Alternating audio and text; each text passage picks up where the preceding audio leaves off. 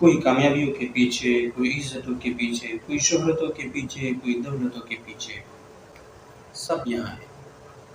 آج جو ہم پریشان ہیں کہ زندگی میں کامیابی نہیں، زندگی میں راحت نہیں، زندگی میں سکون نہیں، سب یہی وجہ ہے کہ ہم اس سے دور ہو گئے ہیں۔ ہماری دعائیں قبول نہیں ہوتی ہے۔ 25 سے 30 سال گزر جاتے ہیں، کبھی اس قرآن کو دل سے لگا کر دیکھا نہیں، کبھی اس کو ٹینشن بنا کے دیکھا نہیں، کبھی اس کو غم بنا کے دیکھا نہیں۔ ایک بار ہم اس کو غم بنا کے دیکھ لیں، ایک بار اس کو ٹینشن بنا کے دیکھ لیں، انشاءاللہ ہماری زندگی میں سکون آ جائے گا۔ واللہ میں بہت گنہگار ہوں، لیکن یہ قرآن ہاتھ میں ہے۔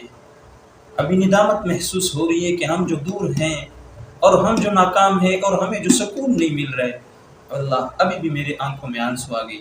یہ صرف دکھلاوے کے لیے نہیں کہ آپ کو میں کہہ رہا ہوں، آپ بھی صرف 1 منٹ اٹھا کے تو دیکھ لیں، 1 منٹ اٹھا کے تو دیکھ لیں، انشاءاللہ سکون ملے گا، انشاءاللہ آپ کامیاب ہو جائیں گے۔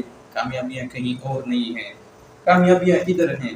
ہم ذرا دیکھ تو لیں کہ ہمیں اللہ نے کیا احکامات بھیجے ہیں، ہمارے ساتھ اللہ کیا باتیں کر رہا ہے۔